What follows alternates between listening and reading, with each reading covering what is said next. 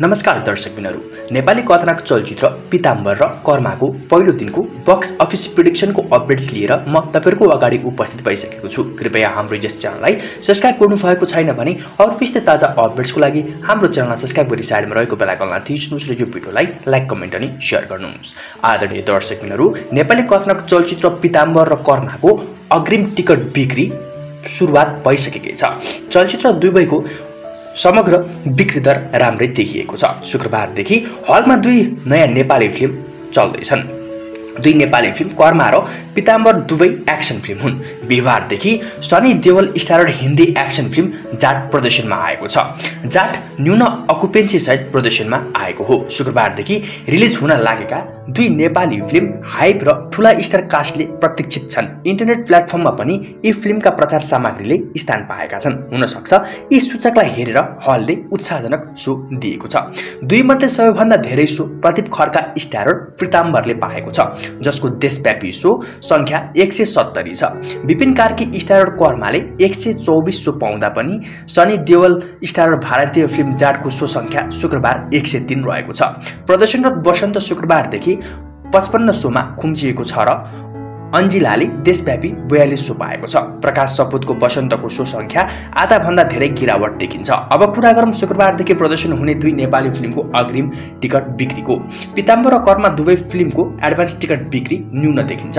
प्राप्त सो संख्या अनुसार एडभान्स टिकट बिक्री अपेक्षा अनुसार छैन। अब यी दुई फिल्मलाई बलियो वर्ड अफ माउथको आवश्यक पर्ने देखिएको छ। यस वर्षका लागि अन्तिम फिल्म हुन् पिताम्बर र कर्मा। यही चैत्र 29 शुक्रबारबाट प्रदर्शनको तयारीमा आएका यी दुई चलचित्रको जनडा एक्सनमै रहेको देखिन्छ। बक्स अफिसमा दुवैको राम्रै प्रतिस्पर्धा हुने देखिएको छ। पिताम्बरले बुधबार पहिलो दिनमा 100 भन्दा बढी सो नै पाएको थियो।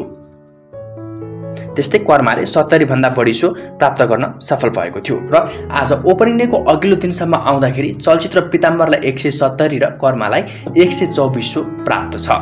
कृष्ण चौलागाई निर्देशित पिताम्बरलाई देशको दोस्रो ठूलो मल्टिप्लेक्स चेन आइएनआई आफ्ना 4 वटा आउटलेटमा 16 सो, वान सिनेमाजले 12 सो, बिग मुभिजले 6 सो, एफ क्यूब सिनेमाजले 7 सो, बीएसआर मुभिजले 4 सो गरी देशभर करिब 170 सो पुर्याउन सफल भएका हुन्। केपी फिल्म्स र पुरुषोत्तम प्रधान फिल्म्सको ब्यानरमा निर्माण भएको सिनेमामा विशाल चौलागाई निर्माता तथा पुरुषोत्तम प्रधान, आद्य लामिछाने र आरोह चौलागाई सहनिर्माता, सुमन गौतम कार्यकारी निर्माता रहेका छन्। सिनेमामा प्रदीप खड्का, दयाहाङ राई, सौगात मल्ल, आर्यन सिग्देल, अनुप विक्रम शाही, गौरी मल्ल, सुरक्षा पन्त, रविन्द्र झा, प्रमोद अग्रहरी, कामेश्वर चौरासिया, टीका पहाडी, सुरवीर पण्डित, विशाल प्रहारी, दिव्यदेव पन्त, सुपुष्प भट्ट, दिव्य राईमाझी, गौरव विष्ट आदि कलाकारहरूको अभिनय रहेको छ। नेपाली कथानक चलचित्र पिताम्बर र कर्माको बक्स अफिस कलेक्सनको कुरा गर्दाखेरि चलचित्रको सोजहरू समग्रमा राम्रै देखिएको छ। चलचित्रको अग्रिम टिकट बुकिङ पनि त्यस्तो खासै उत्साहजनक नदेखिए पनि बेलुकाको समयदेखि अलि फिलिङ फास्टमा गइसकेका छन्। केही टिकटहरू केही हलमा हाउसफुल हुने क्रममा देखिएका छन्। यसरी नेपाली कथानक चलचित्र पिताम्बरले भोलि ओपनिङ डेमा करिब 80 लाखको हाराहारीमा बक्स अफिस कलेक्सन गर्ने प्रक्षेपण गर्न सकिन्छ। त्यस्तै अभिनेत विपिन कार्की एक्सन अवतारमा प्रस्तुत भएकाले पनि कर्माको प्रतीक्षामा दर्शक रहेको बुझिन्छ। सिनेमाका यसअघि सार्वजनिक प्रचार सामग्री पनि दर्शकले मन पराइरहेका छन्। वसन्त लम्सालको लगानी रहेको सिनेमामा विपिनसँगै उपासना सिंह ठकुरी, मुकुन भुषाल, दिव्यदेव पन्थ, सरिता गिरी, बेन बस्नेत लगायतको पनि अभिनय रहेको छ।